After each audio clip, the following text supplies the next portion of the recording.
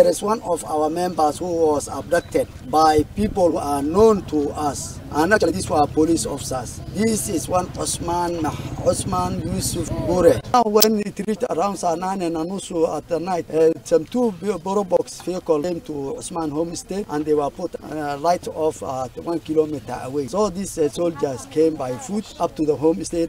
My call is we are facing a tribal cleansing, ethnic cleansing. Therefore, Osman might go in the same route. Those his previous members are also gone. We are calling the government to produce Osman safe.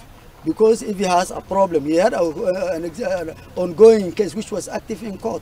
If there was a problem, they should have taken him into court. But they don't hide him for the last, from Tuesday night to date. Tumechoka. Tulikuwa hapa tangu jana mpaka wa leo. Hatujapata haki. Polisi wanafanya kitu inaitwa cover up. Kabisa wanafanya kitu inaitwa cover up. Wenzetu kutoka DCI wanaichukulia kwa uzito na kuhakikisha kwamba wale familia wanapewa haki yao, watajielezwa kama kutakuwa na leads ambayo inatuelekeza mahali. But for now, that is the position. The DCI wako wanachunguza hiyo kisa. Ile kitu tu ningependa kuapili kwa members of the public hata na familia ni kwamba ama watu wa Garissa tajua ni watu wa kupenda amani.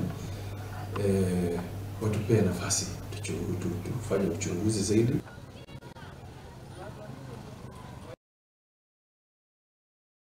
Haya, tukiuma riboti-inĩ ĩyo tuthie na mbere nĩ atĩ rũhonge rwa gũthaitĩra nyamũ gũkũ bũrũri-inĩ rwa Lewa nĩ